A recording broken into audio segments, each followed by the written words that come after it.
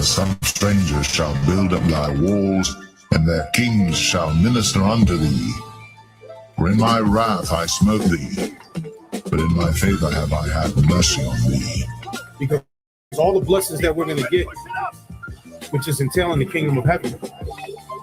Isaiah the 60th chapter, I'm going to start at the 10th verse and read on down. It says, and the sons of strangers shall build up thy walls, and their kings shall minister unto thee.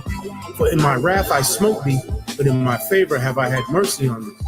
So the sons of strangers, that's talking about the actual strangers, the other nations, shall build up thy wall. We're going to have them in slavery. So they're going to be building the kingdom of heaven, because we're not building nothing. We're not lifting a hand to move nothing. It says, for in my wrath I smote thee, but in my favor have I had mercy on thee. Therefore thy gates shall be open continually. They shall not be shut day nor night, that men may bring unto thee the forces of the Gentiles. That's talking about the actual Gentiles. We're going to take all of their substance, and that their kings may be brought. And the sons of strangers shall build up thy walls, and their kings shall minister unto thee. For in my wrath I smote thee, but in my favor have I had mercy on thee.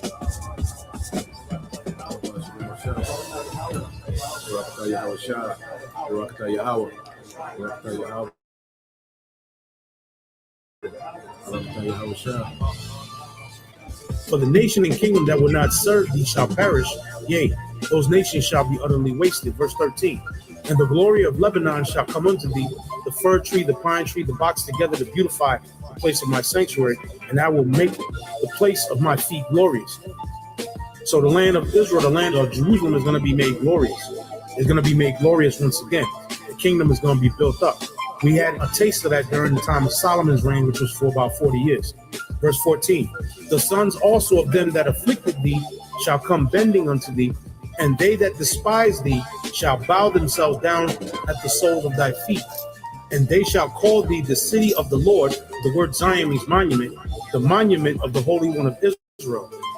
Whereas thou hast been forsaken and hated, so that no man went through thee, I will make thee an eternal excellency, a joy of many generations.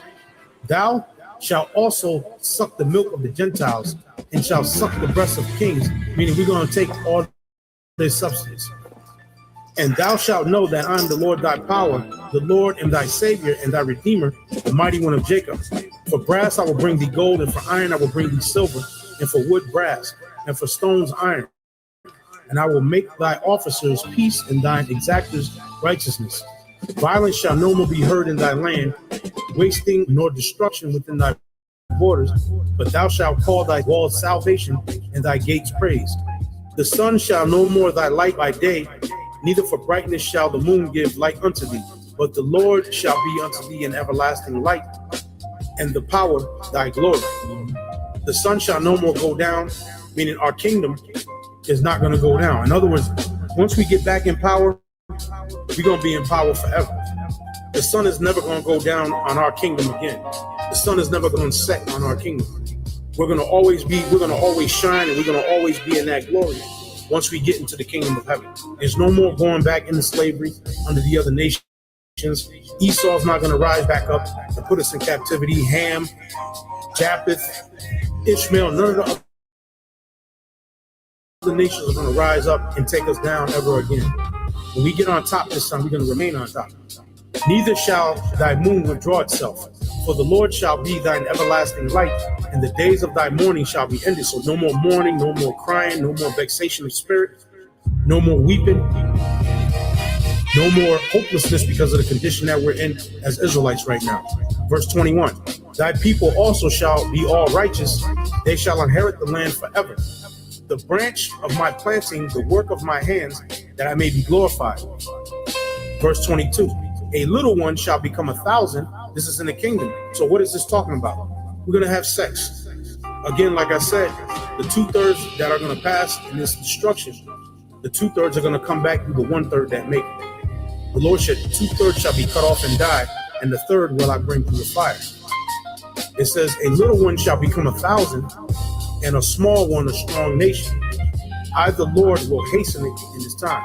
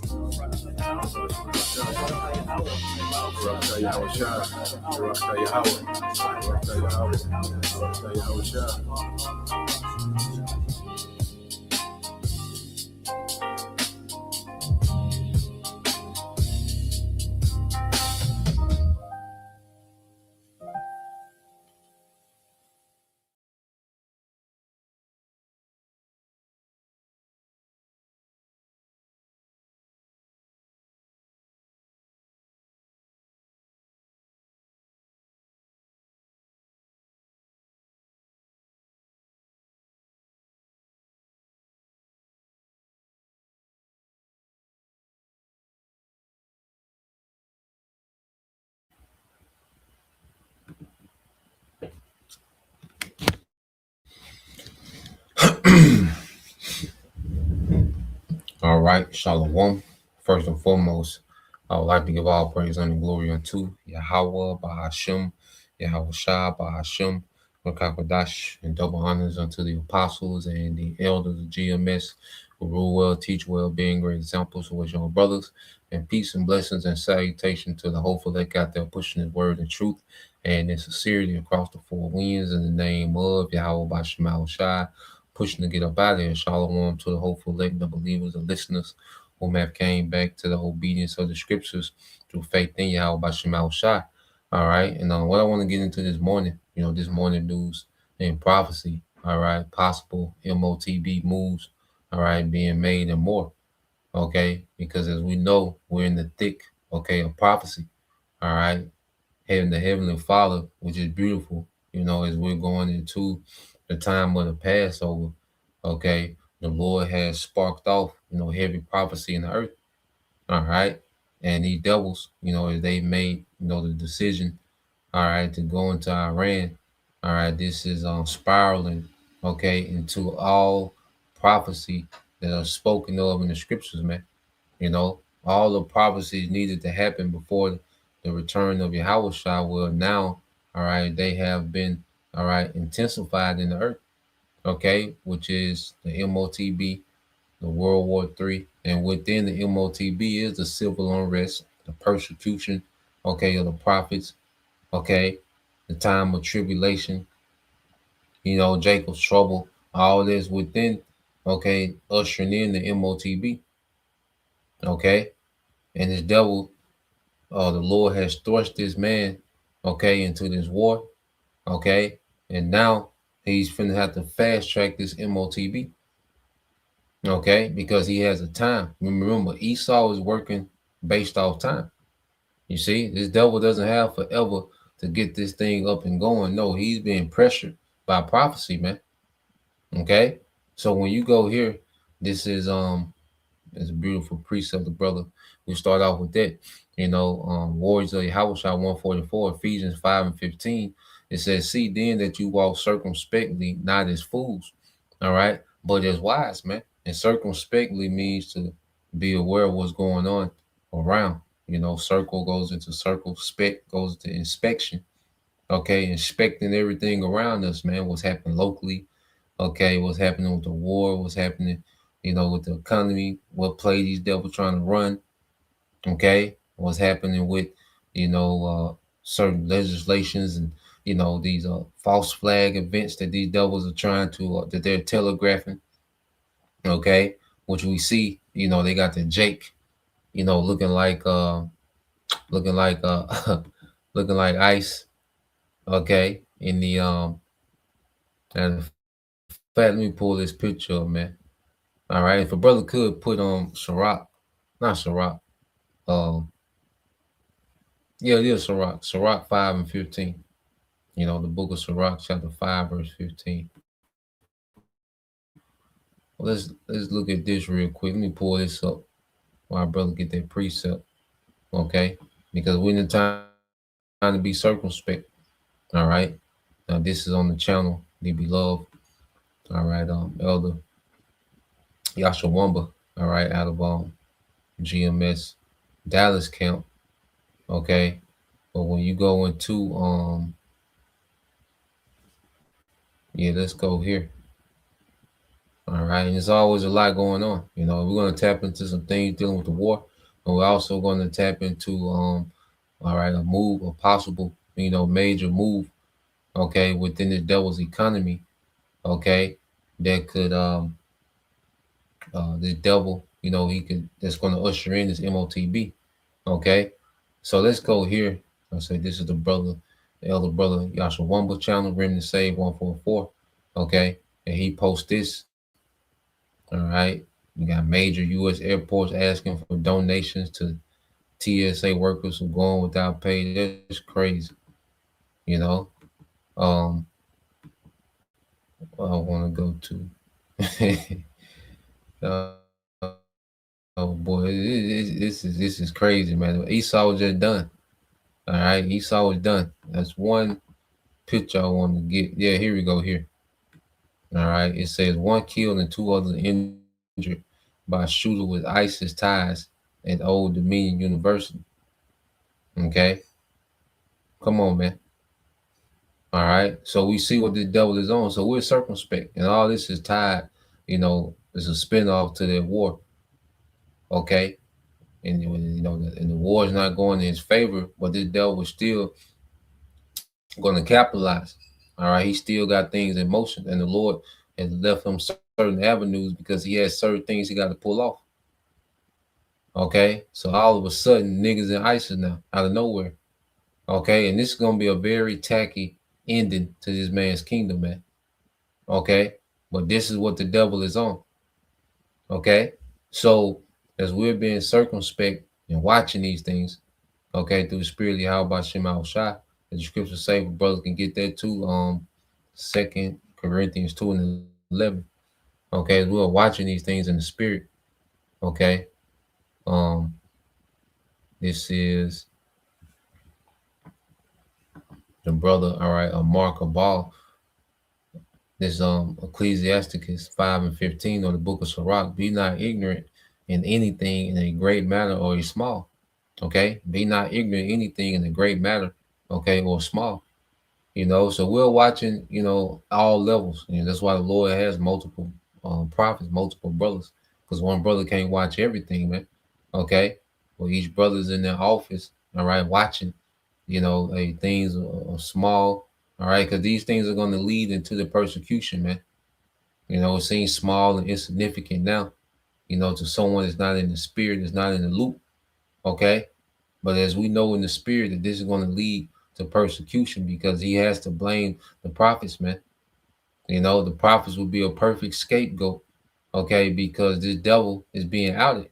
Okay, he's looking bad, he's being embarrassed, okay, shameful spewing on his glory, the small hats are being isolated. So we know that this devil loves, all right, to have a scapegoat, okay, and the prophets will be a perfect scapegoat going into these times, okay, because just like when you go into your house shy, you had different sects, the Sadducees, the Pharisees, okay, the chief priests, the scribes, okay, the Herodians. You had all those different sects, and even though they didn't agree, all right, they had a common, all right, hatred when it came to Yahweh Shai. Okay, so all these people complaining about this and complaining about that. Well, a lot of these people have a common hatred for the prophets. Okay, and this devil, all right, he needs a scapegoat badly, man. Okay, so the persecution, okay, of the church is at hand. All right, so you go here. This the brother Warriors of Yahweh 144, 2 Corinthians 2:11 says, so that Satan would not outsmart us, for we are familiar with his evil schemes, and that's in the NLT. Okay, so we know, all right, the schemes of the devil. All right, watching this nigga, the Lord has us on our watch. So you get familiar with his patterns.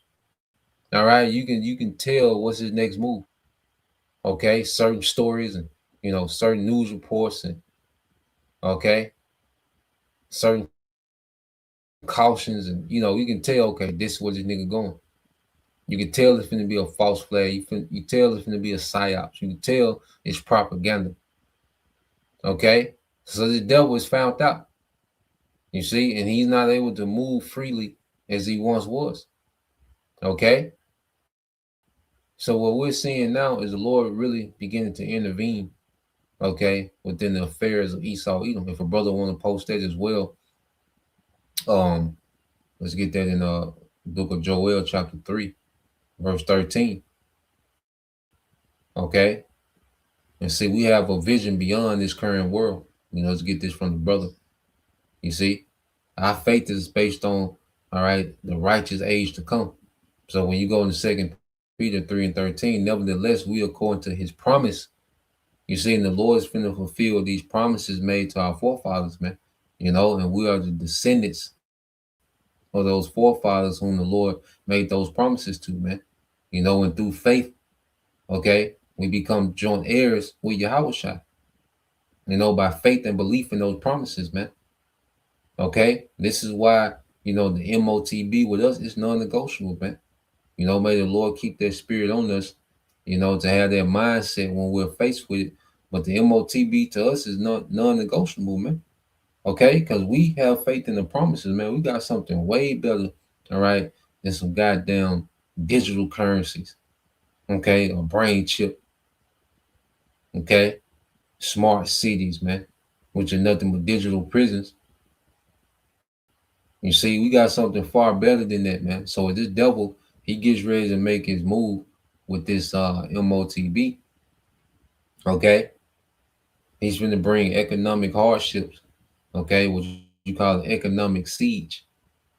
Okay, because he wants people desperate, and in order to bring in a global currency, he needs to crash the dollar.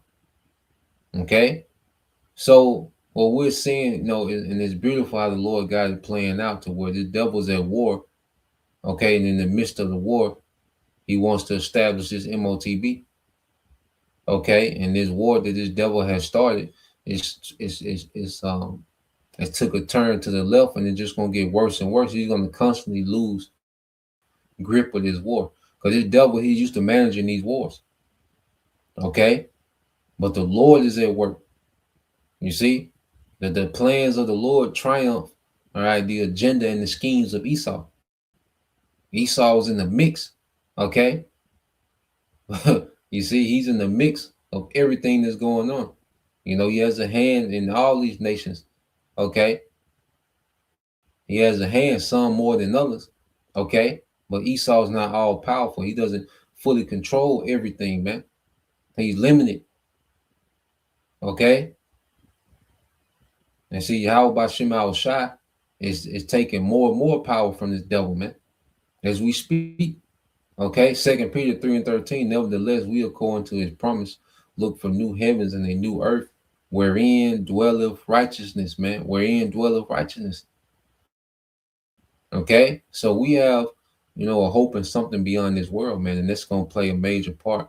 All right, when it's time for us to fully leave this world behind, man. Okay, so let's go here.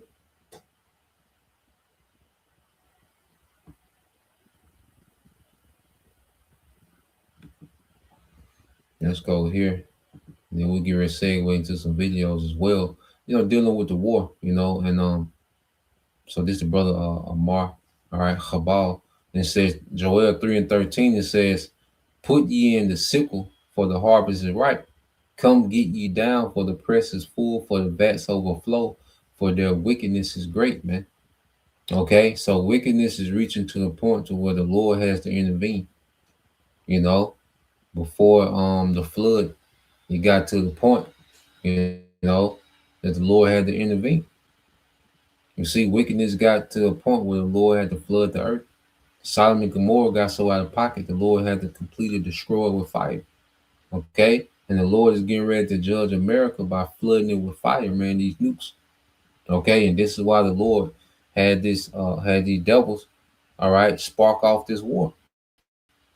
Okay, because it's a build up, all right, to the Lord intervening and judging in the earth, man. okay, completely destroying America, completely destroying all the militaries of all these heathen nations, okay, the elect being delivered, you see. So the Lord, he's ready to deliver his people as well, man. Okay, the Lord's he's ready to deliver, all right, the remnant that was predestined, okay, from the beginning. So the Lord has Esau, all right, fast tracking because Esau has to be removed, okay, before we're planted.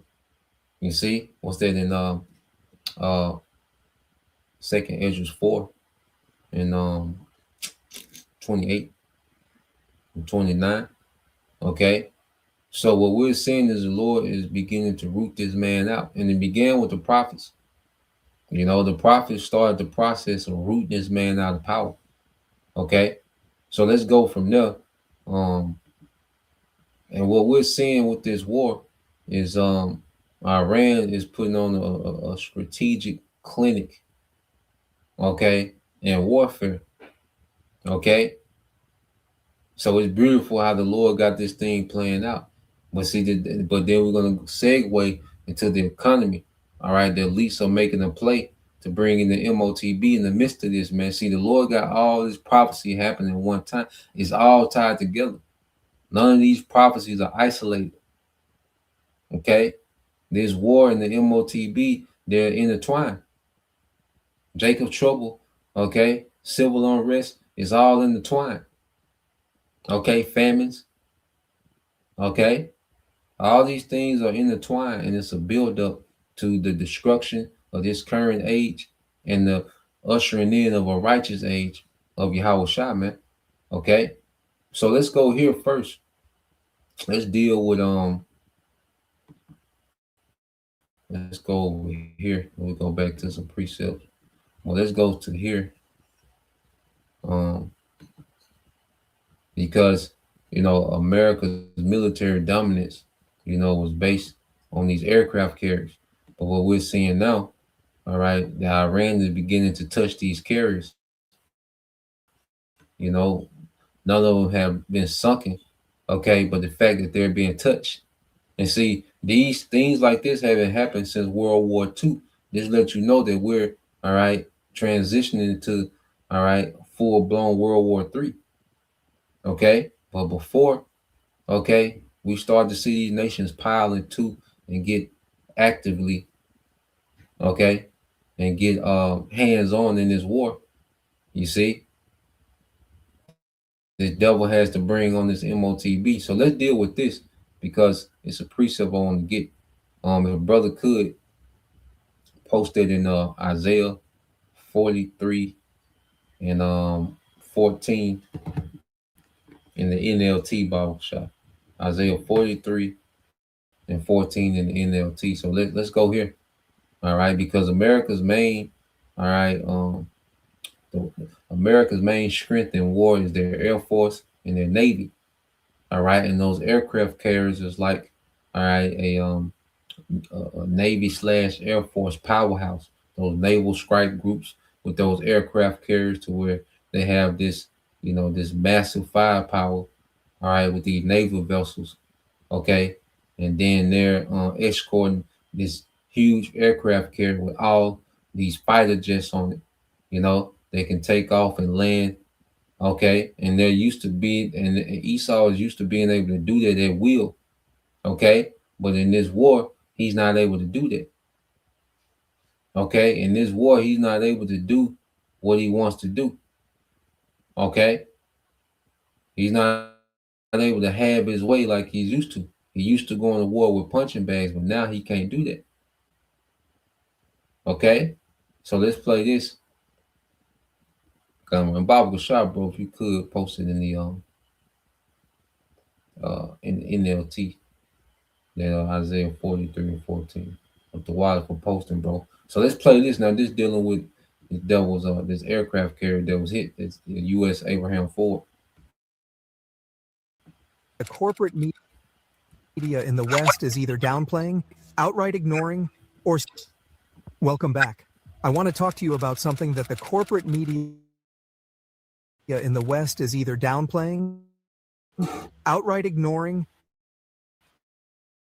or spinning with the kind of tired propaganda we've on B&C, one that should have every American asking serious questions.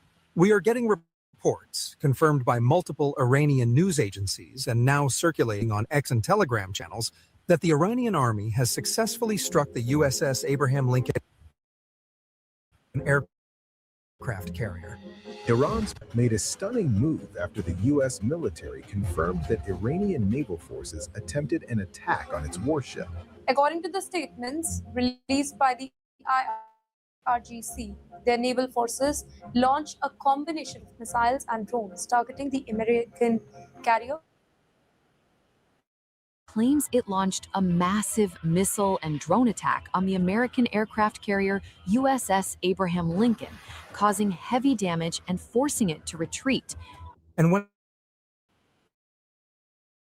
I say struck, I don't mean a near miss. We're talking about a direct, devastating hit by a combination of suicide drones and long-range missiles that has left the American warship damaged and, by all accounts, retreating. Let's just let that sink in for a moment. The United States Navy, the self-proclaimed master of the global seas, has had its flagship asset humiliated in the Arabian Sea.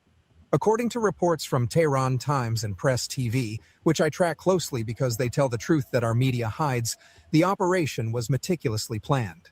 The Abraham Lincoln was operating roughly 90 nautical miles off the coast of Iran, essentially in their backyard, when the Iranian Revolutionary Guards Corps Navy decided to teach Washington a lesson it won't soon forget. We're hearing that a barrage was launched. Swarms of Shahed drones, which the U.S. has arrogantly dismissed as slow and stupid, combined with anti-ship ballistic missiles that left the carrier's much-vaunted defense system scrambling. The result? A catastrophic failure. Sources indicate that at least one missile punched through the defense perimeter and slammed into the flight deck. Immediately after the explosion, honest accounts and intercepted communications suggest that a fighter jet, possibly an FA-18 preparing for takeoff, just landing, was caught in the blast and crashed on the deck, triggering secondary explosions and a massive fire. Before we go any further, if you are someone who values journalism that isn't afraid to tell the truth, that refuses to be a mouthpiece for the military-industrial complex, please take a moment to hit that like button. It really helps more people see this report. And if you haven't already, subscribe to the channel. We are building a community of people who want to understand what's really happening in the world, not the sanitized version they feed you on the evening news. Your support is what keeps this honest journalism alive. Now, let's talk about the lies, because oh boy, the lies are flowing out of U.S. Central Command faster than the oil that Trump keeps promising to lower the price of. The official line, the one they want you to believe, is that there was a fire on board caused by an internal mechanical incident. They're trying to pass off a direct hit from an Iranian missile as a kitchen fire. It's almost insulting. They expect the American public to be that dumb. Just days before this, the same U.S. military was boasting that they had taken out an Iranian vessel that came too close to the carrier. Think about that narrative. They want you to believe they are so dominant that they can sink Iranian boats at will. But simultaneously, they want you to believe that this massive $13 billion warship suddenly had an internal fire in the middle of a high-stakes standoff? The cognitive dissonance is staggering. It's a classic damage control tactic. They know the truth is too embarrassing, too world-shattering, so they spin a yarn about a faulty generator or a grease fire in the galley. It's pathetic, and we aren't buying it. So, where was the ship hit? From the intelligence I'm gathering from open-source intelligence accounts that have been monitoring naval movements and corroborating them with Iranian state media, the damage appears to be focused on the starboard side of the flight deck, near the aft elevator. This is the absolute worst place to get hit. That area is the nerve center for landing operations and ordnance movement. The crash of the aircraft on deck would have turned the area into an inferno, likely cooking off ammunition and jet fuel. The extent of the damage means the Abraham Lincoln is completely combat ineffective. It can't launch or recover aircraft. It's a floating hulk that needs to be towed or escorted out of the danger zone. And that is precisely what we are seeing. The warship's on the run. The entire battle group is in disarray, pulling back to who knows where. likely thousands of miles away to a friendly port in the Mediterranean, or maybe even back to the US East Coast for the most humiliating repairs in naval history. This would So this is prophecy, man. That's why I had brothers to get this. All right, but it's interesting to see these things play out real time. So when you go here, which the brother got it. All right, this is brother Bayan Yashala, Isaiah 43 and third Salaki Isaiah 43 and 14 in the NLT. All right, posted by the brother Beyond Yashala 144. It said, "This is what the Lord says, your Redeemer, the Holy One of Israel, for your sakes." The Lord is doing this for our sakes, man. The Lord is taking down Babylon on behalf of His hopeful elect, man. You see, our power is at work. You see, our power is at work, man. And He's beginning with breaking down Babylon. All right. And as he breaks down Babylon, eventually he's going to break down this whole system, all this whole New World Order agenda that these devils got going on. He's going to break that up as well. Everything that these devils are trying to pull off, man, the Lord's going to break up. Okay. And we're seeing Babylon begin to be embarrassed, man. Okay. And it says, this is what the Lord, Yahweh Bashem Al Shai, says, your Redeemer, the Holy One of Israel, for your sakes, I will send an army against Babylon. Okay, I will send an army against Babylon. So all this is the Lord's doing. Okay, the elites don't have the final say so on what happens in the earth. No, it's the Lord. The elites have the elites are working within what the Lord wants to happen, man. Okay, you have to remember the elites are working within what the Lord wants to happen, man. Okay, they don't have their own independent thing on the side that they're doing. No, they're working within the framework of prophecy, man. So it's the Lord that sent, all right, an army against Babylon, and that's why you see Iran is having the ups, man, because the Lord, see the elites in their mind, they're gonna seek America on the Iranians, okay, you see, but now the Lord like now I'm gonna seek the Iranians on Babylon, okay. So this is why we're starting to see things backfire, man, and work against this devil. Okay, and the devil he does these things to try to, and Esau loves to make it seem like he's in full control when he don't be, man. He loves to try to, put on this front like he got this thing figured out, and he don't. Okay, I don't care what moves or what brilliant economic collapse plans that he tried to make, and you still falling into the trap. You still walking into the trap. Okay. Okay, what this nigga think he gonna pull out his sleeve, nigga, still a trap. Okay, you still walking into the trap of prophecy, man. It says, I will send an army against Babylon, forcing the Babylonians to flee in those ships they are so proud of.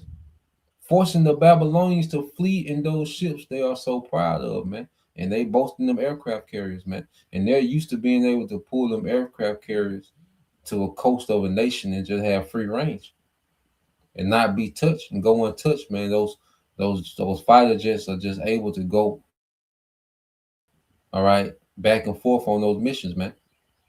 Okay. And this plays a part in America's offense, man. Without those aircraft carriers, it's gonna be hard for America to go on the offensive, man. Okay, especially as Iran starts sinking them. Oh man, and that's gonna be such a blow, not only militarily, man, but psychologically. All right, not only to Americans in the military, man, but to the world, man. It's gonna be a major sign of decline in power, man.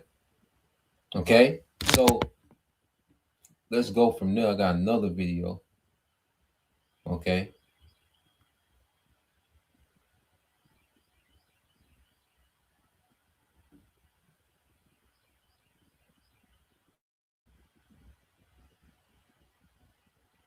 So let's go here. Pull up this other one.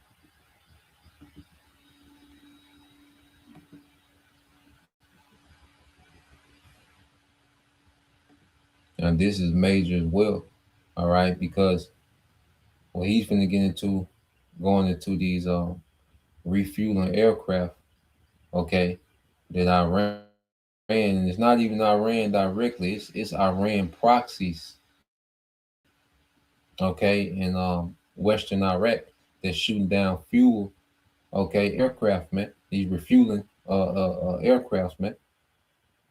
Okay, which this what makes these bombing campaign possible is these fuelers, okay, these refueling aircrafts, okay, and he's going to explain, he's going to get into it.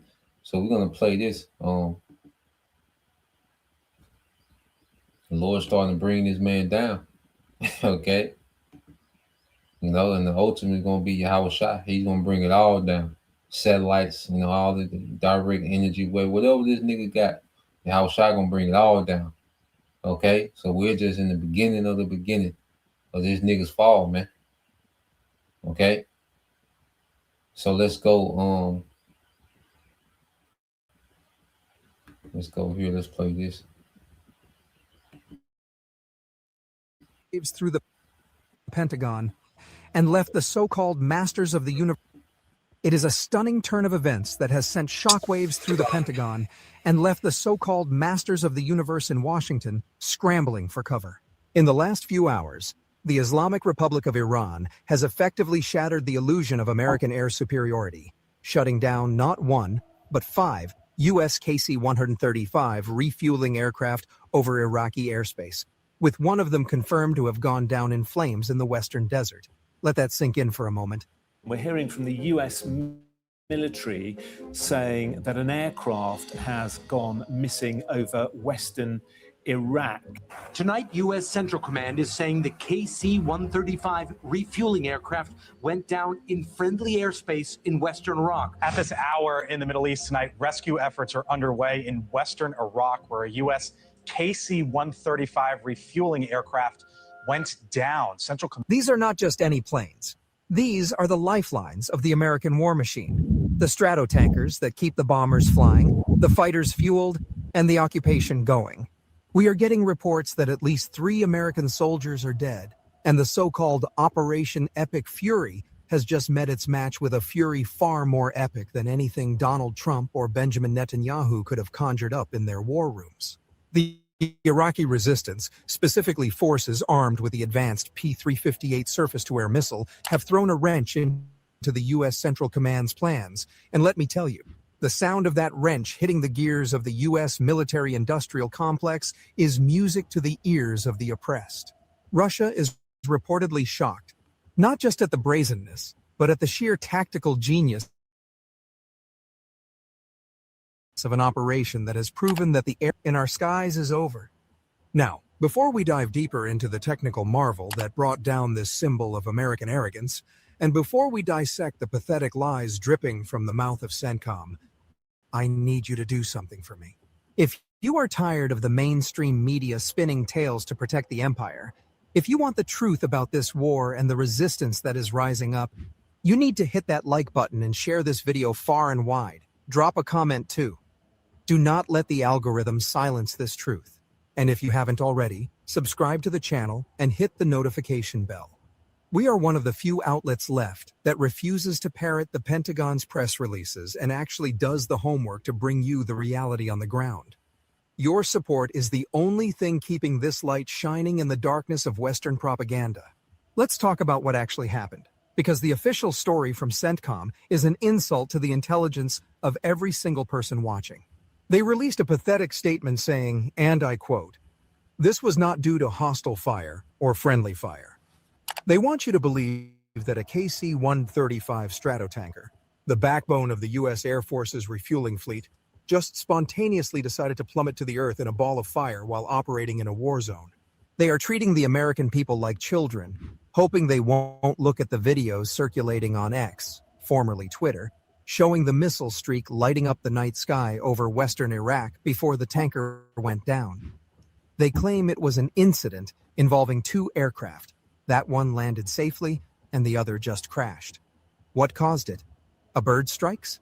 A sudden case of mechanical failure in a brand new multi-million-dollar aircraft? It's laughable if it weren't so tragic for the families of those 3 soldiers who are now being fed this garbage. The U.S. Central Command is terrified. They are terrified to admit that the Iraqi resistance, armed with Iranian technology, has just figured out how to hit them where it hurts the most. Not in the heat of a dogfight, but in the vulnerable, lumbering moments of aerial refueling. To understand why this is such a massive strategic victory for Iran and the axis of resistance, you have to understand the refueling process. A KC-135 Stratotanker is essentially a flying gas station. It's a massive, cumbersome aircraft based on the old Boeing 707 airframe, designed to carry massive amounts of jet fuel. During operations, it flies in a predetermined racetrack pattern, a predictable, slow, circular orbit, waiting for fighters or bombers to come and hook up. When a receiver aircraft, say an F-15 or an F-35, plugs into the boom, both aircraft are locked in a slow, straight line for several minutes. They are at their most vulnerable. They cannot take evasive action. They are essentially flying bricks full of highly combustible fuel. Now, imagine you are an operator on the ground with an anti-aircraft drone, specifically the Iranian-made 358 missile. You don't need to hit a fast-moving fighter jet. You wait for the tanker. You wait for the moment it is slow, fat, and predictable. The 358 missile, which we have to discuss in detail, is not your father's surface-to-air missile. It is a loitering munition, a killer drone in its own right. It can be launched into a general area where it circles, using its thermal camera, waiting for a target. When the tanker shows up, the operator guides this silent killer right into the four massive engines on the wing. The chaos is immediate. You don't just down the tanker. If you hit it during a refueling, you risk taking out the 2 or 3 fighters hooked up to it as well. It's a domino effect of fire and death. And that is precisely the nightmare scenario the US is now facing. And this brings us to the new generation of weapons that Iran has just unveiled. Make the old 358 look like a firecracker. Search the Iranian news agencies, Press TV, Tehran Times, and you will see the unveiling of the new variant, the 359. This is the game changer that has Russia shocked and the Pentagon waking up in cold sweats. Unlike the 358, which used a sophisticated laser and optical sensor system to detonate its warhead, the 359 is slightly larger and operates without those sensors, making it even harder to jam. Think about that. It's a jet-powered anti-aircraft loitering munition. It doesn't have to go Mach 2 like a Patriot missile. It cruises at around 600 to 800 kilometers per hour, right where the turbofans on a KC-135 or a bomber are most efficient. It waits. It uses a thermal imaging camera guided by an operator with machine vision integration. It is a hunter in the truest sense of the word. The US military has already admitted to losing about 10 MQ-9 Reaper drones in this conflict to these very systems. But taking down a Reaper is one thing. Taking down a manned Stratotanker with a crew on board, right in the middle of a critical refueling track over Iraq, is a message written in fire across the sky. And that's tough, man, because America doesn't have, the air superiority over Iran. So these fighters just have to go these long distances. Remember, their aircraft carriers can't pull up to the coast of Iran and just fly missions and come back and land. No, those aircraft carriers are way back, so they have to get refueled, okay, in the air. And then you have, these flights that's leaving from, the state of Israel, okay, and these other bases. Well, they have to get refueled in the air, okay. So without those refueling aircrafts, all right, those airstrikes are impossible. You see, so Iran is putting a lot of pressure, man. They're putting on the strategic clinic, when it comes to this war. All right, and it's all the will of Yahweh Bashim Al Shah. This is just the beginning. Okay, so I want to get one precept, and then we're going to segue, all right, to the economy. All right, which these devils, if this goes through, this is going to be a major moving of the needle, dealing with this dollar. Okay, now this is the brother Damawati, GMS in his likeness. Isaiah 31:3 says, "Now the Egyptians are men and not the Most High," which mean what? They're limited, and all also this shows you the limitations of Esau's military. Okay, these niggas gotta get refueled in the air. So if you just start taking out the tankers, and we talked about this, thinks Iran's gonna sit there and let these niggas refuel in the air, just casually refuel in the air to come do an airstrike, okay, on Iran. Nah, they're gonna start taking these tankers out, and they're doing it, okay, through their proxies, man. It's Iranian proxies that's doing this, okay. So we're seeing Babylon catch hell, man, and Lord showing you that these niggas are limited, man. Military power is limited, man. Okay, of course, if you put Iran Air Force in the air and you put America Air Force in the air, America Air Force will obliterate. Okay, but nigga, we not finna fight you like that. Okay, we finna start taking shit down from the ground. Okay, we finna even this out. Okay, and you see the Navy and the Air Force catching hell, and that's why now what's left, the ground troops, which that's prophecy, man, and that's going to fail according to scriptures. Okay, brother, post Joel 2:20. We get one precept we can get almost every day. Joel 2:20. All right. It says now the Egyptians are men. All right. The modern day Egyptians is America, man. Modern day Egypt. Okay, is America, man. And we're seeing the armies of Pharaoh being confounded. And the ultimate confounded is going to be with Yahweh Shah. Because he's just going to disintegrate everything into powder, man. Instantly. All right. Through their heavenly fire. It says in their horses' flesh, in the modern day horses, okay, the cavalry is the Air Force, man. Okay? Horses' flesh, they're limited and not spirit. The chariots don't need to refuel. Okay? The chariots, they're not subjugated by the laws of physics. Okay? They don't need an aircraft carrier to land on. Okay? The power in the chariots is eternal. They can go on and on forever. Okay? The fire that can come from a chariot, that's forever, man. They don't run out of payloads. Okay, like these fighter jets, man, they're limited, man. Okay, it says in their horses flesh and not spirit. When the Lord shall stretch out his hand, both he that helpeth, all right, shall fall, and he that hopeth shall fall, and they shall all fail together, man. Okay, so Egypt is done. Spiritual Egypt, America is done. Babylon and great Esau, they're finished, man. The Lord is showing the limitations that these devils got, man. Okay? They're limited as hell in what they can do. All right? And he wants to go against a power that's unlimited, man. How stupid can you be? Okay? So you see that this Air Force, okay, and the Navy is catching hell. Okay? So what's left? The suicide mission. Okay? All right, the farewell deployment. Okay, this is Joel 2:20 said, but I remember, it says Salaki. It said, but I will remove. All right, and this from the brother warriors of Yahweh Shai, 144, Joel 2:20. But I will remove far off from you the Northern Army, which is the American military. This is their deployment, and we're seeing gradual deployments now. Okay, and they're just gonna continue to get bigger and bigger. Okay, to the point where they're gonna need a draft. And it says, and I will drive him into a land barren and desolate, which is Saudi Arabia, which is a huge desert. Okay, that's why they had to depend on those desalutation plants.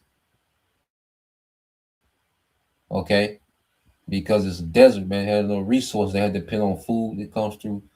Food has to be shipped in.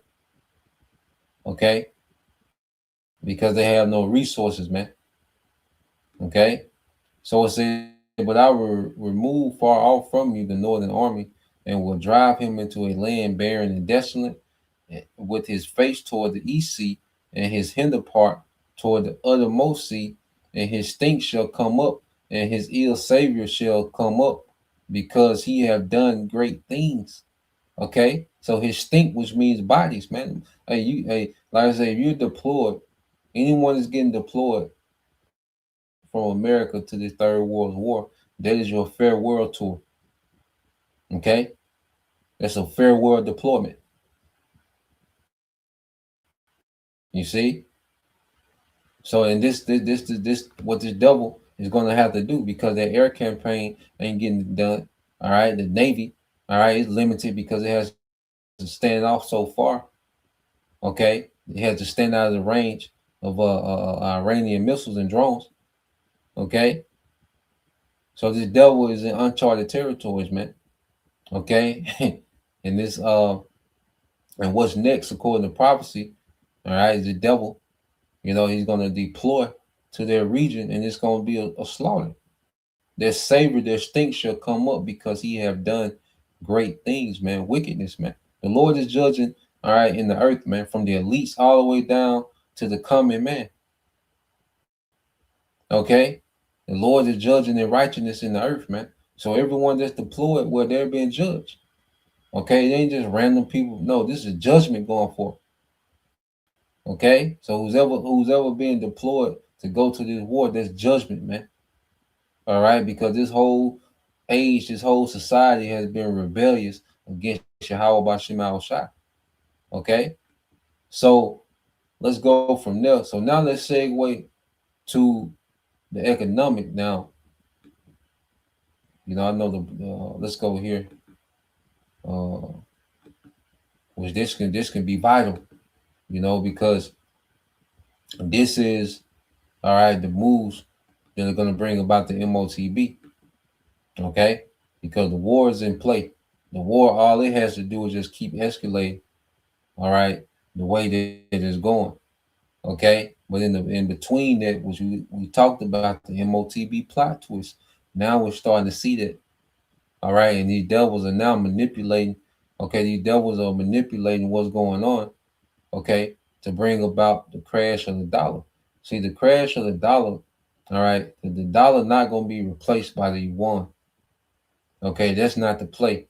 The yuan is being used to crash the dollar, which is going to crash the whole economy. When the dollar collapses, this whole thing collapses with it because everybody's currency is pegged to the dollar.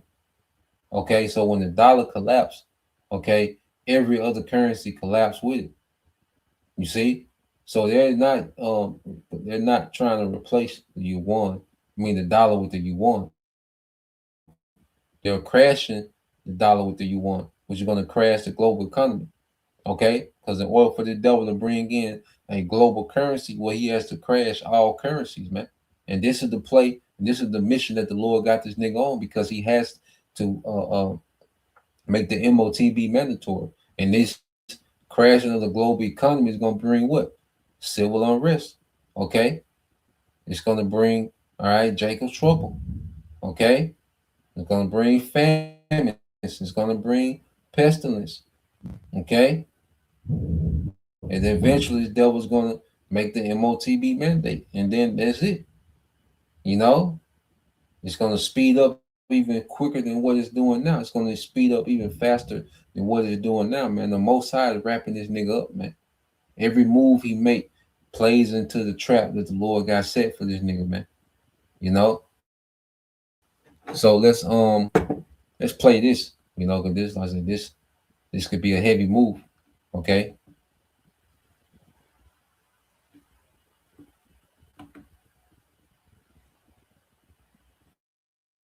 Let's see the play. You know, so you know, we got to segue from the from the battlefield and go to the economy. You know, which you know, I pretty much stay on the surface with the economy. You know, the beloved, you know, brothers. All right, Elder Ariala out in Dallas, and the beloved brother Elder Quam out of London. You know, they tap in with the economy. You know, so I know they're gonna be on this. You know, as these things transpire and develop. You know, they gonna get into it. You know, I'm more of a boots on the ground type of guy. You know, I love the trenches. You know, but sometimes you gotta come out the trenches. You know, and look at this thing from a bird's eye view from the outside and see, okay, what these devils are going to do with the economy because the M.O.T.B. has to happen. You know, so they got to make some moves for that to happen, man. All right, so let's play this. Tonight's story isn't about a missile or a battlefield. It's about money. specifically the currency that powers the global oil market. If Iran allows oil tankers through the Strait of Hormuz only when they're paid in Chinese yuan, that would challenge the decades-old dominance of the US dollar in energy trade.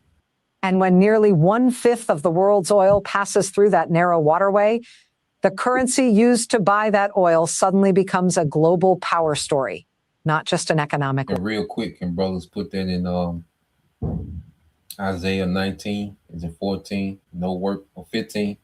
No work for the head or tail.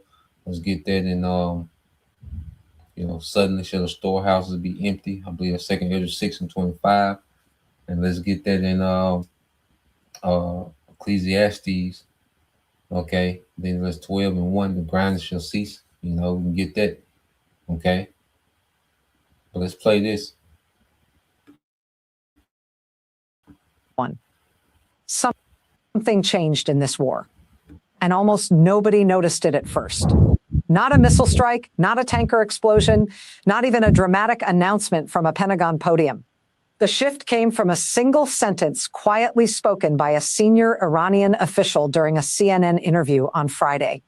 And that sentence might be more dangerous to the global financial system than any missile fired in this war.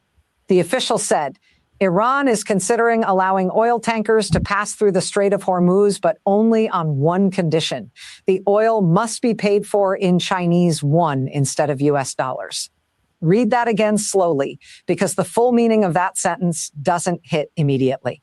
The Strait of Hormuz carries nearly 20% of the world's daily oil supply. It is the most critical energy choke point on the planet, and for the last 14 days of this conflict. The United States military has been trying and failing to reopen it. Tanker captains were even urged by Donald Trump to show courage and sail through. Yet, the passage stayed effectively closed. Now, suddenly, Iran is offering to open it again.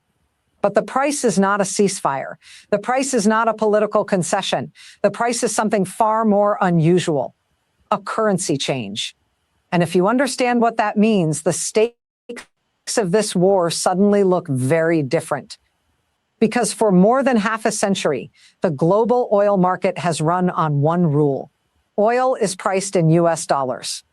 That rule began in 1974 when Saudi Arabia struck a historic deal with Washington. Saudi oil would be sold exclusively in dollars. In exchange, the United States would guarantee military protection. Other oil-producing nations quickly followed. And just like that, the petrodollar system was born. It sounds technical, but it changed how the entire global economy works. And what we're seeing, America is not able to withhold its security guarantees. Okay. So now you see, all right, things are shifting. Everything is shifting to the east. All right. In which we know the elites, they want to run this new world order from the Eastern Hemisphere. That's why they're pushing this greater Israel project, because they want to carve out, all right, the promised land for themselves. All right, and this Esau ultimately trying to steal the blessing. So he, in his mind, he's going to crash the economy. Okay, put all these nations, devastate all these nations. Okay, and get the world. All right, the remainders of the chaos. All right, those that survived the chaos from the economic collapse. Okay, he wants to put a C-hip in the survivors, and he thinks that he's going to run, all right, a technocracy, okay, from the promised land. Okay, that's what this devil's ambitions are. You see, but his ambitions, okay, sets him up for a trap. Okay, so this whole thing with oil only going through the Strait of Hormuz with yuan, all right, there's these devils using the yuan, all right, because China is the most M.O.T.B ready nation in the world. All China has to do is get to see here. They got everything else in place. They got it's already a surveillance state. They already got the social credit score. They already got, robots integrated in, police and the citizens. So there's no one that's more advanced when it comes to the New World Order system than China. Okay, so it makes sense that they're using your yuan to crash the dollar.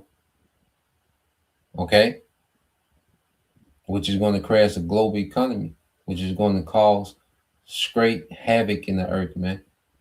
When currencies collapse, when all currencies are worthless, man, the earth is going to erupt. Okay, and civil unrest and violence, man, and that's what they want. Okay, and as this war, all right, continues on in the midst of it, all right, these devils, they're going to attempt to well, they're going to make the M.O.T.B mandatory. All right, they're going to make it mandatory. Okay, because in their mind, they're going to be able to manage this war. You see, but the Lord is already letting these things getting out of hand and slipping away from him. That's why he's has to speed these things up. But this is 2 weeks in, 2 weeks in, 2 weeks and 2 days in. Okay, it usually take wars years for it to have a major effect on the economy, but we 2 weeks in, 2 weeks and some change, and it's already have these high impl- implementations, okay, of crisis, man. Energy crisis and all these things are fabricated by the elites, okay, but they're walking into the trap of the Most High because this is what the Most High needs them to do to bring on before He brings that ultimate destruction. He needs them to do this, okay, and like brothers been going into brothers, like I say, we go into okay the trenches and what's going on, with the actual war, you know. But then we also pay attention to the economic moves because there's another major prophecy that has to happen. That's the M.O.T.B. Okay, and we know this nigga was lurking somewhere. Okay, with a plot twist. Okay, but remember, it's the Lord pushing the nigga to do this because it's needed. Okay, before the destruction comes, man. All right, and we can get this one more precept I want. But let me play this. Let it play, cause she it's gonna explain it good. I think this is it might be AI too, but you fact check these things, okay? And she's on point because like following these things because what's happening, this AI is gathering certain. So I don't know how these people are doing these news things with this AI. Some brothers might be, a little more versed on that than me, but it's gathering information from these different sites, and it's compiling things. So it has to be somebody inputting, okay, multiple sources, and merging into one and summarizing. That's what I would think. Okay. But it's on point, keeping up with what's going on, it's on point. All right. So let's play this, but just be all mindful, fact check, these things and cross reference these things as well. But let's play this. Any country that wanted to buy oil first needed dollars, which meant every country on earth needed to hold dollar reserves, which meant constant global demand for the US dollar. That demand allowed America to borrow cheaply. It allowed massive deficits without currency collapse. It allowed sanctions that could entire economies. The petrodollar was not just an economic arrangement. It was the financial engine of American global power. The reason that U.S. military budget could exceed the next 10 countries combined. The reason Washington could influence global trade systems. The reason the dollar became the backbone of the modern economy. That system has existed for 52 years. And now Iran is suggesting something that could weaken it. But here is where the story becomes more interesting. Iran doesn't need to defeat the United States militarily to do this. It doesn't need regime change or surrender. It only needs to prove one thing. That oil can move through the world's most important choke point without using dollars. Once that precedent exists, the entire argument for dollar-only oil becomes weaker. And something surprising has already been happening quietly in the background. Since February 28th, the first day of Operation Epic Fury, Iran has shipped more than 11 million barrels of crude oil through the Strait of Hormuz. Every single barrel went to China and every transaction was paid in yuan. Chinese tankers moved freely through the waterway. They were not attacked. They were not blocked. Their shipments kept moving while other tankers waited outside the strait. Insurance costs climbed. Cargo sat idle. Global markets watched nervously. In other words, two different systems were already operating at the same time. UN tankers moving, dollar tankers stuck. And that quiet division has been happening for 2 weeks, which means Friday's announcement was not really a new threat. It was something else. It was Iran formalizing what was already happening and asking the world whether it wants to make that system permanent. Earlier this week, the United States bombed Car Island, Iran's main oil export hub. The facility handles roughly 90% of Iranian crude exports. Washington presented the strike as proof of control, but Iran adapted within 48 hours. Tankers were redirected to the Jazz terminal on the Gulf of Oman, south of the Strait of Hormuz, bypassing the choke point entirely for Iran's own exports. Yet the choke point remained closed for everyone else, which means the military target was hit.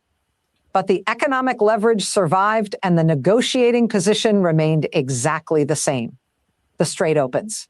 When the currency changes, suddenly the war looks less like a military confrontation and more like a financial turning point. Oil markets are already reacting. Traders are beginning to price a world where access to 20% of global supply requires yuan. And somewhere in Beijing, calculations made years ago may finally be paying off. Because China hasn't fired a single missile in this war, it hasn't deployed troops. Yet the conflict may be advancing China's financial strategy.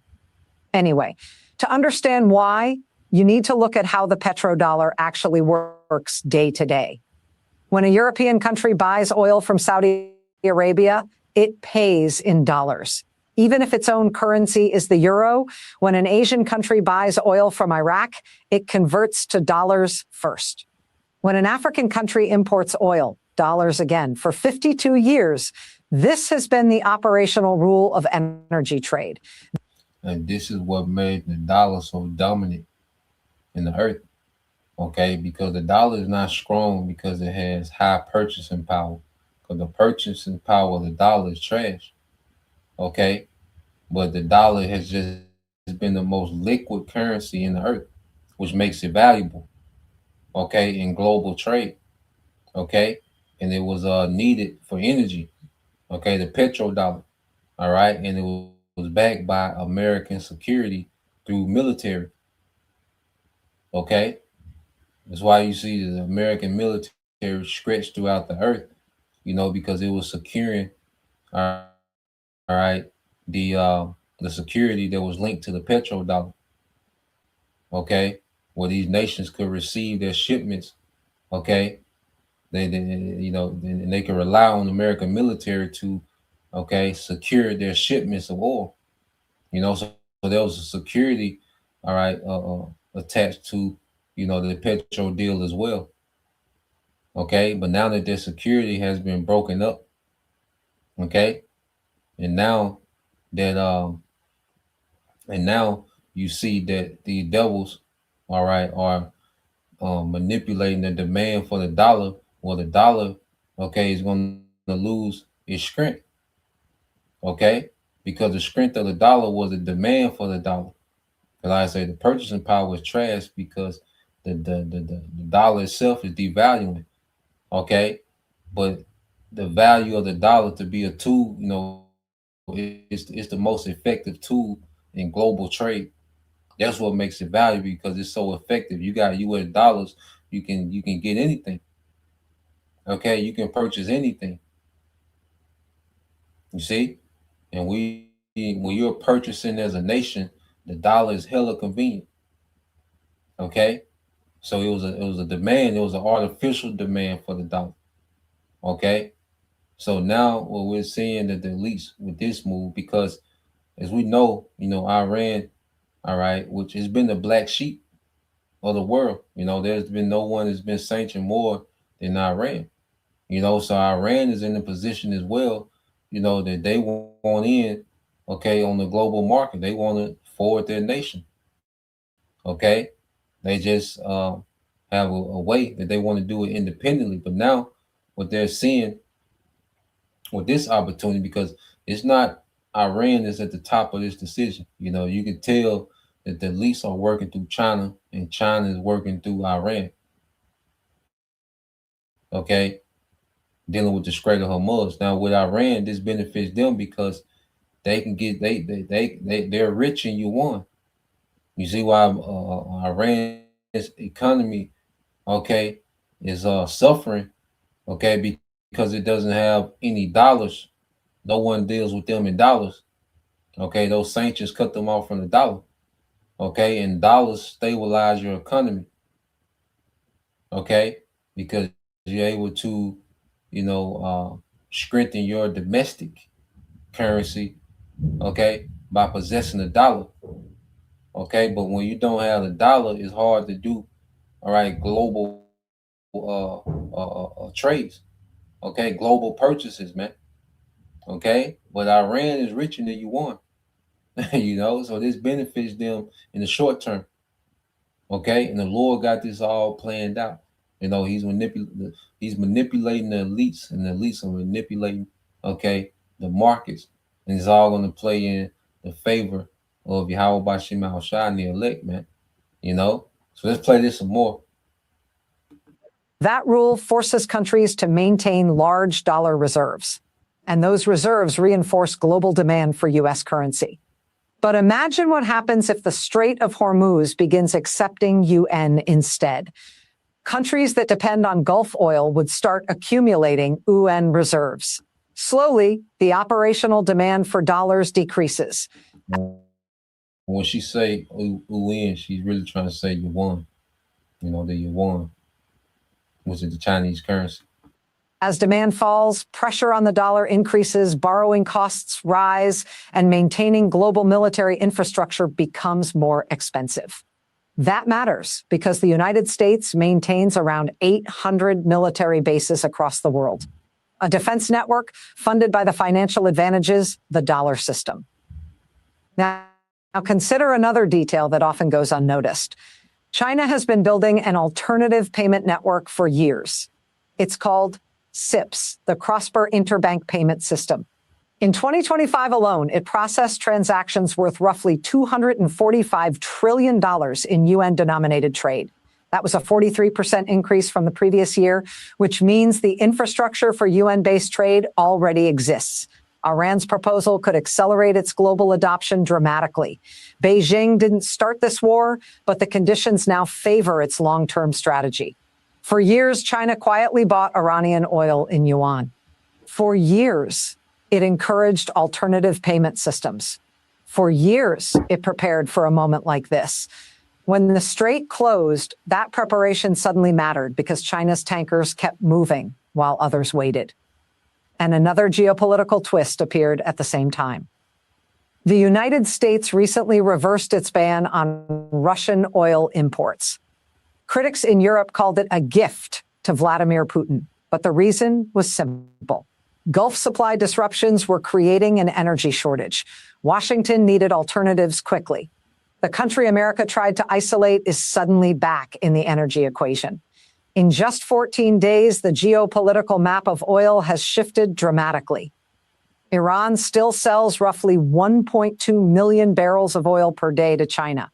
Less than before the war, but enough to keep revenue flowing, enough to keep funding its military operations, and enough to challenge the sanctions meant to it.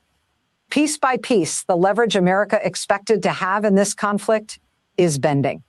The military campaign continues, but the financial battlefield is shifting underneath it. And this is where the long-term implications become clearer. Imagine a Southeast Asian country needing oil. Before this war, it had only one option: convert its currency to dollars, send dollars to a Gulf producer, receive oil. But if UN payments through Hormuz become normal, that country suddenly has a second option: convert to yuan instead, use China's CIPS network instead of SWIFT, buy discounted oil that travels safely through Hormuz. Once that option exists, it is difficult to remove. Countries rarely return to more expensive systems voluntarily. And that is why Washington may be racing against time. Every day UN tankers pass through Hormuz, the president becomes stronger. Every shipment proves the alternative works. Every government that builds UN reserves becomes slightly less dependent on dollars. The petrodollar system isn't collapsing overnight, but the clock on its dominance may finally be ticking. Meanwhile, another pressure point is emerging further south, the Red Sea. Houthi forces aligned with Iran have intensified attacks there. Shipping lanes that bypass Hormuz are becoming more dangerous, which means two of the world's most important trade routes are under pressure simultaneously. Strategic oil reserves can soften the shock temporarily, but they cannot replace the physical reopening of those routes, and reopening them may require accepting new conditions. Conditions that are no longer being set in Washington alone. Officials in Washington still emphasize military metrics. Missile stockpiles destroyed, drone production reduced, tactical victories announced. Yet, financial indicators are moving in the opposite direction. UN transactions rising, Chinese oil imports increasing, dollar tankers waiting outside Hormuz, two separate scoreboards telling very different stories. The United States entered this conflict aiming to reinforce its dominance in the Middle East. 14 days later, the outcome is far less clear. Iran's nuclear materials remain protected deep inside mountains. Tankers are still being targeted. The strait remains effectively closed to dollar trade, and China is quietly accumulating discounted energy supplies. The petrodollar system now faces its most serious structural challenge in decades. Iran may not win this war militarily, but it might not need to because every day the yuan for Hormuz condition stands. The global financial system shifts slightly. Bombs continue to fall. Military briefings continue. Headlines focus on battlefield developments. But behind all of it, something quieter may be happening. The currency used to buy the world's most important commodity may be changing. The petrodollar system turned 52 years old the day this war began, and Iran has just suggested how it might end. Not with surrender, not with a final battle, but with a simple condition at a narrow waterway. Pay Inuin or wait outside the strait. And right now, the entire world is calculating its answer. China likely decided its answer years ago. If you found this breakdown eye-opening, then you're And this could be heavy, man. You know, if this continues on this way to where, the yuan becomes an alternate to the dollar, it's just going to tank the dollar, okay, and crash the whole thing, all right? Because the elites need the whole thing to fall before they implement their new currency, man. Okay, so let's get a couple precepts. I see brothers got precepts. Um, so the economic collapse is going to bring on, all right, this civil unrest. It's going to bring on, all right. Let me see.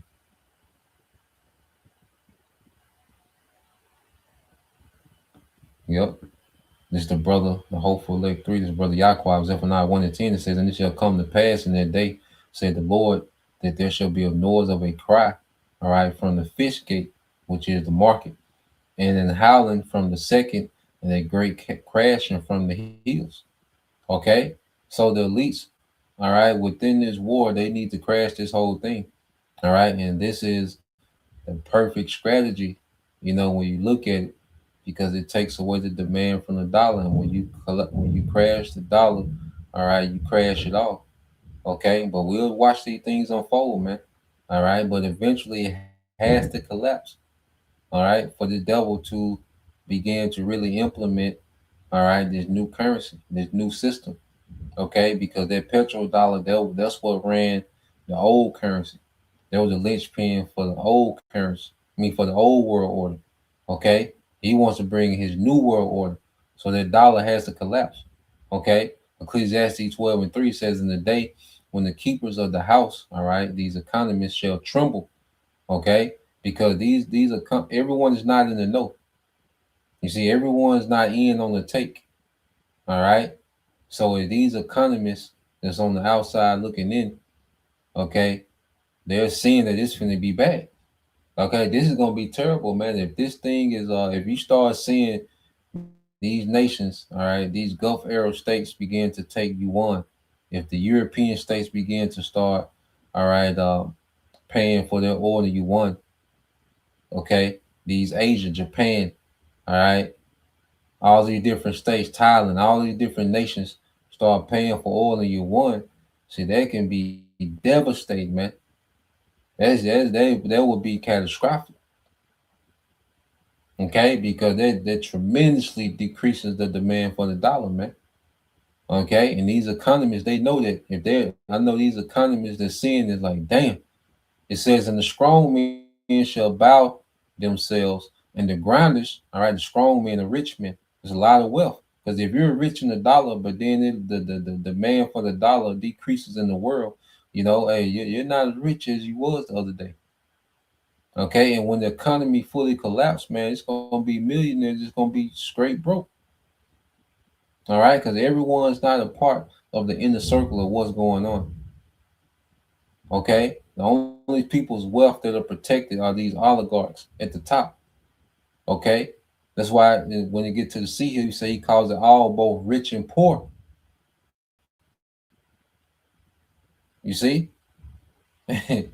everybody's going to be, this reset is going to put everybody, okay, in the jam, man. Okay, and it says, and the grinders shall cease, which is the work, all right, the workforce, because they are few, and those that look out the window shall be darkened, man. And we're seeing these things gradually happen, man. The workforce is constantly being, all right, diminished, okay, because it ain't that the economy slow because job loss. It's just because jobs are being replaced as well. Okay, you have slow economy. Okay, there's losing jobs, but then you have AI removing jobs from the market. Okay, so the job market itself is shrinking, and this economic collapse is just going to be the icing on the cake, man. All right, and there's not going to be any work, man. That's why you go to Isaiah 19 and 15. This brother Yashima, tribe of Judah, neither shall there be any work for Egypt, which the head or tail, branch or rush may do. Okay, so this whole economy, this whole system, all right, will be collapsed for this devil to usher in this new system, and he wants the civil unrest. Okay, so when it collapses, man, it's gonna collapse. All right, and the devil wants, okay, it to be haywire. He wants it to be chaos, order out of chaos, man. He wants people to purge. He wants people, all right, to form militias, and all right, best believe it's gonna be mercenaries turned loose. Because when the dollar crashes, that's anarchy, man. Ain't no more calling the police. They not getting paid. Okay, ambulance, all that's these things, first responders, these things are gonna be over with, man. Okay, everyone is gonna fend for themselves. That's why I say the houses shall be shut up. Every house shall be shut up. Okay, let's go here. This the brother Yahweh hopeful leg 3, 2nd Ezra 6 and 22. And suddenly shall the sown places appear unsown. All right, the full storehouses shall be found empty, man. The truckers are already catching hell with the rise in gas prices. Okay, the dollar collapsing, the economy collapsing. Ain't no truckers running. Okay, who you know is just gonna work for free? And then how dangerous it's going to be. Who's going to be working in these environments, man? Nah, man, we finna see it's scarcity. It's not because there's no food. All right, it's just going to be access to food is going to be cut off, man. Okay, nothing's going to be moving. You see, what you're going to put everybody in survival mode. Okay, which is going to cause what, man? Civil unrest. You see, so let's keep going. Let's see. Yep. China, because China gonna be judged too, because China plays a major part with America and forwarding this New World Order agenda. The Lord is going to use China in this alliance, okay, with Russia and Iran and other nations to destroy Babylon, okay? But China is going to be jacked up too, man. Okay, Moab is heavy, okay, within linked in with these elites in this New World Order. Okay, and we have to remember all these nations are just tools that the Most High is going to use, but He's going to discard. Okay, these nations have a purpose to come against Babylon, and then Yahweh Shai, He's going to come, okay, with a purpose against these nations, man. Okay, so all of it's going to fail. Okay, everything that the devil is orchestrating in the background is going to fail. Yahweh Shai is going to put an end to all of it, man. Okay, so these nations are being geared up to end Babylon. Okay, they're jumping ship, and moving to this eastern block. Okay, and they're going to destroy Babylon, and then Yahweh Shai is going to come destroy them, man. So none of it is going to stand. Okay, so Second Esdras 14 and 46 it says, "And thou, Asia, thou art partakers of the hope of Babylon, and art the glory of her person." So China has a lot of New World Order ambitions, man. Russia, all these they have New World Order ambitions. Okay, now what's happening? They're coming to agreement. Hey, look, let's cut America out completely. Okay, because they finna deal treacherously with America, because America, when they was a superpower, America dealt treacherously with everyone. Okay, now these nations finna deal treacherously with America. Okay, and they finna cut her out the deal. You see?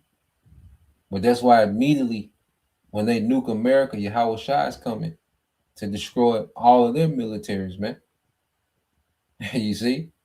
So Yahweh Shai, okay, when you read this in 3 verse 47, it says, "Woe be unto thee, thou wretch." Second Ezra 14 and 47. Woe be to thee, thou wretch. And this is the brother GMSDC Taza Doctor. All right, Yara 144K.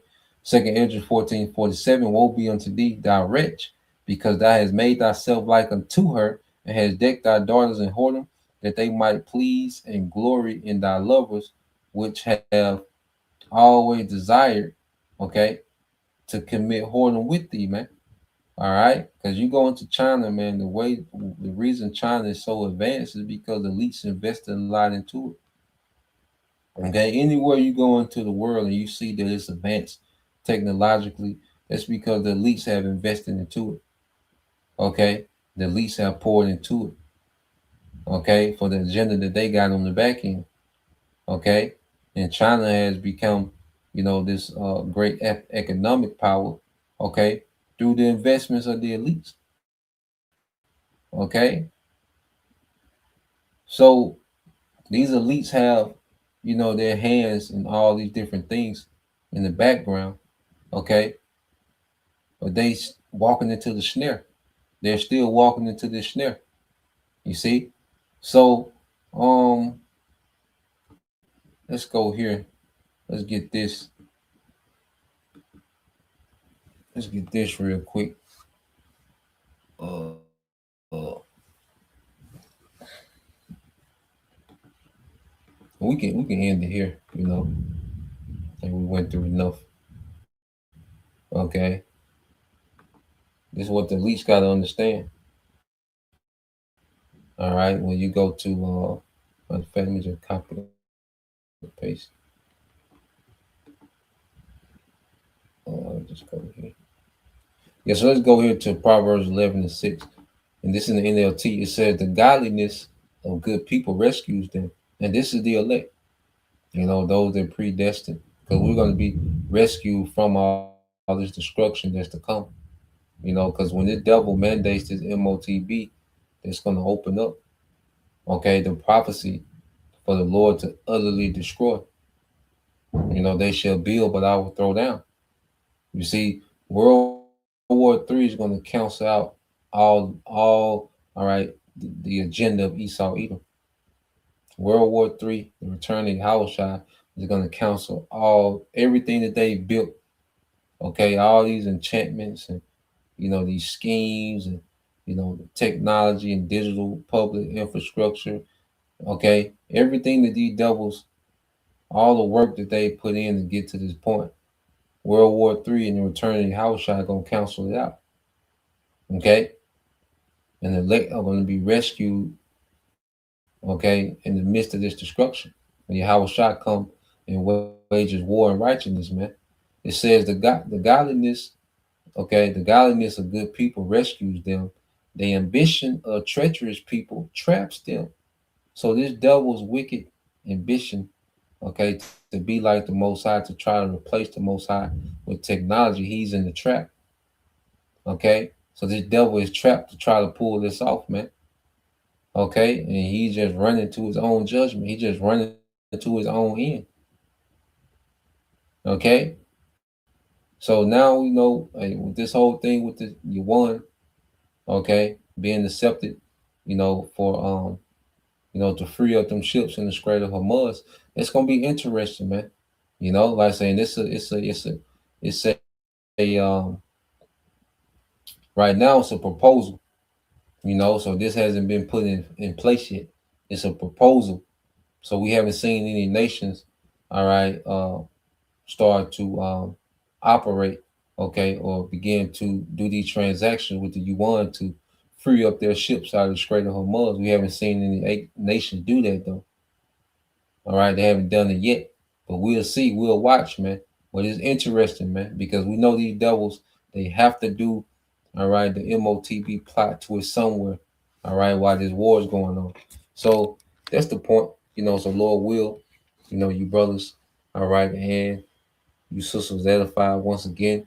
I'm gonna give all praise and glory unto Yahweh Bahashem, Yahweh Shah Bahashem Kakadash, and double honors unto the apostles and the elders of GMS who rule well, teach well, being great examples to us younger brothers. And peace and blessing salutations to the whole Shalom.